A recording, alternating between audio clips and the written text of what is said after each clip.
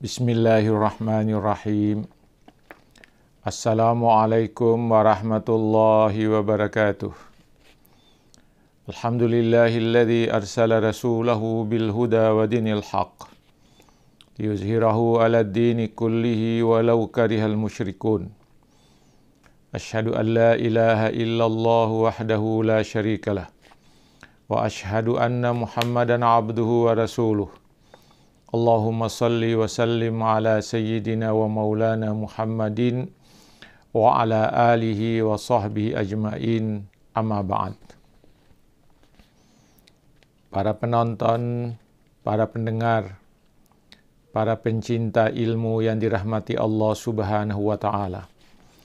Pertama-tama marilah kita panjatkan puja dan puji syukur kehadirat Allah Subhanahu wa ta'ala atas segala rahmat dan karunia yang dianugerahkannya kepada kita sekalian, sehingga kita sampai pada hari ini dalam keadaan sehat walafiat. Selanjutnya, para pendengar, para penonton, dan pencinta ilmu yang dirahmati Allah Subhanahu wa ta'ala. Untuk mengisi sarapan pagi rohani pada hari ini, Minggu 23 Agustus 2020, saya akan menyampaikan tentang keutamaan muhajirin bersama Rasulullah sallallahu alaihi wasallam dalam tema yang besarnya hakikat hijrah. Para pendengar, para pencinta ilmu yang dirahmati Allah Subhanahu wa ta'ala, di dalam beberapa ayat Al-Quran, Allah telah menggambarkan keutamaan orang-orang yang berhijrah bersama Rasulullah sallallahu alaihi wasallam. Hal ini antara lain dinyatakan oleh Allah dalam surah Al-Baqarah, surah 2 ayat 218, di mana Allah menyatakan, A'udzu billahi minasy syaithanir rajim. Bismillahirrahmanirrahim. Innal ladzina amanu wal ladzina hajaru wajahadu fi sabilillahi ulaika yarjuna rahmatallah wallahu ghafurur rahim. Artinya, sesungguhnya orang-orang yang beriman, orang-orang yang berhijrah dan berjihad di jalan Allah, mereka itu mengharapkan rahmat Allah. Dan Allah Maha Pengampun lagi Maha Penyayang. Para pendengar, para penonton, pencinta ilmu yang dirahmati Allah Subhanahu wa ta'ala. Di dalam ayat ini terdapat dua kata alladzina, yaitu yang terdapat sebelum kata amanu dan yang sebelum kata hajaru.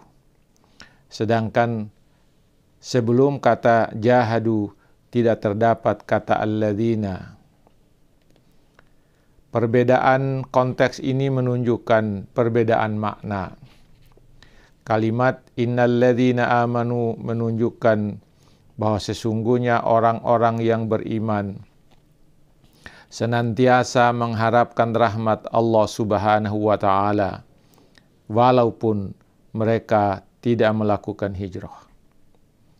Penggunaan kata walladzina hajaru wajahadu, di mana pada wajahadunya tidak ada walladzina, menunjukkan bahwa sungguhnya orang-orang yang berhijrah bersama Rasulullah itu pasti telah melakukan jihad di jalan Allah Subhanahu wa ta'ala.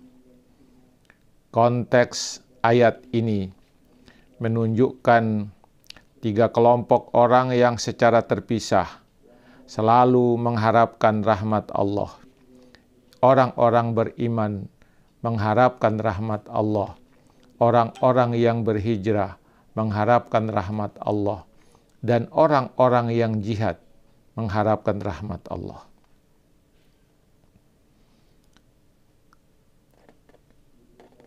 Para pendengar, para pencinta ilmu yang dirahmati Allah Subhanahu wa Ta'ala. Ayat ini menegaskan bahwa kelompok manusia yang senantiasa mengharap rahmat Allah itu ada 3, yaitu orang-orang yang telah beriman kepada Allah dengan iman yang sesungguhnya.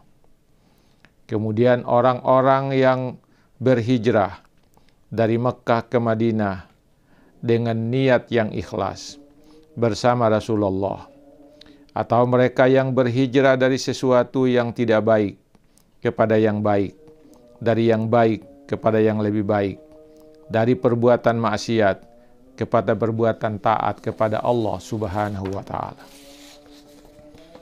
Yang ketiga adalah orang-orang yang senantiasa berjihad di jalan Allah, di jalan yang benar, dan di jalan untuk menegakkan kalimat dan agama Allah, jalan membela kebenaran.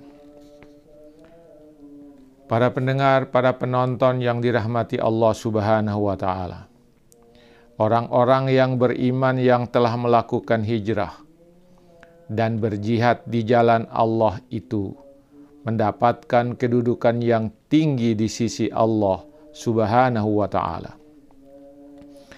Hal ini disebutkan oleh Allah dalam Quran surat Taubah ayat 20.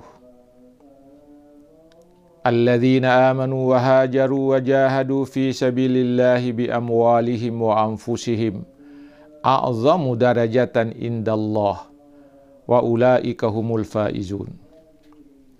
Orang-orang yang beriman, berhijrah dan berjihad di jalan Allah dengan harta mereka, dengan diri mereka, pasti mendapatkan kedudukan yang sangat tinggi dan mulia di sisi Allah Subhanahu wa Ta'ala. Mereka itulah orang-orang yang mendapat kemenangan. Di dalam ayat kedua ini hanya terdapat satu kata alladzina sebelum kata amanu wa hajaru wa jahadu.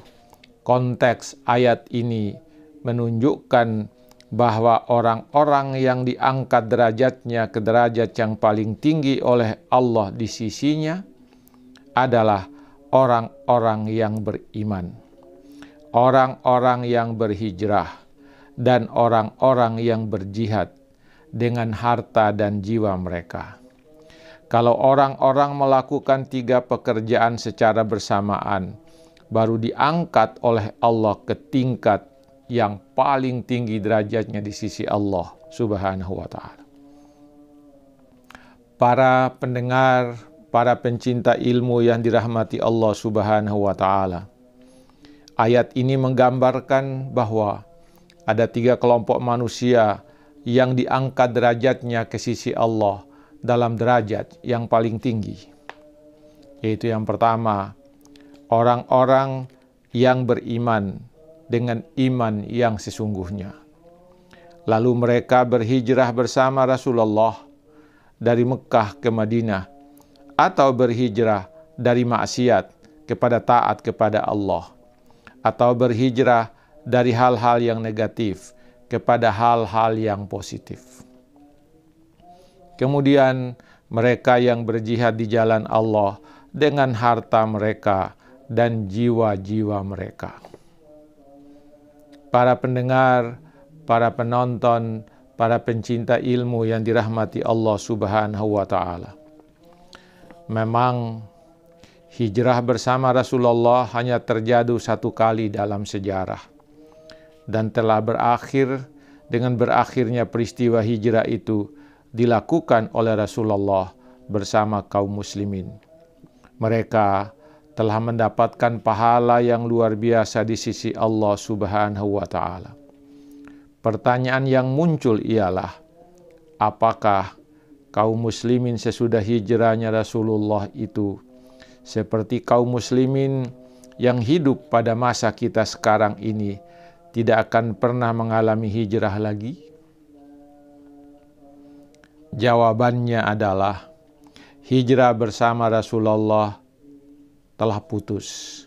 Tapi hijrah yang secara filosofis itu tidak akan pernah putus.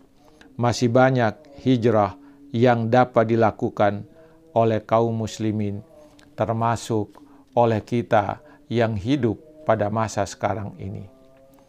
Bagaimana cara hijrah yang filosofis yang dilakukan oleh kaum muslimin pada masa sekarang? Tunggu jawabannya dalam uraian besok.